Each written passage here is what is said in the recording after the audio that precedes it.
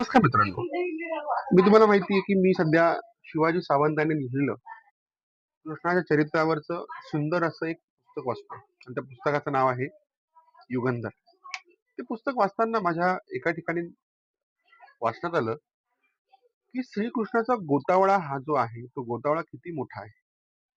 त्यामध्ये श्रीकृष्ण सांगतोय की मला एकूण 8 काका आहे, 8 काकू आहे आणि त्यांचा सगळ्यांचा मिळून जवळपास 100 जणांचा कुटुंब कबिला हा श्रीकृष्णाचा होता.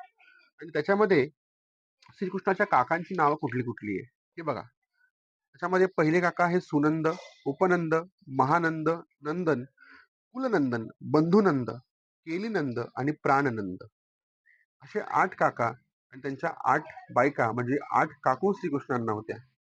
आणि लक्षात घ्या, इथे एक गोष्ट महत्वाची, प्रत्येक काका हा कुठल्या ना कुठल्या कलेमध्ये निपुण होता.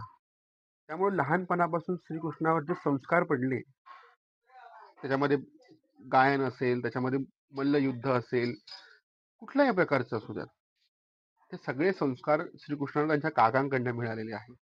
आणि आपण निश्चित शिवाजी सावंतांची ही कादंबरी वाचली, कादंबरी म्हणण्याची कथा, तर आपल्याला ही गोष्ट अतिशय प्रखरपणे जाणवेल. धन्यवाद.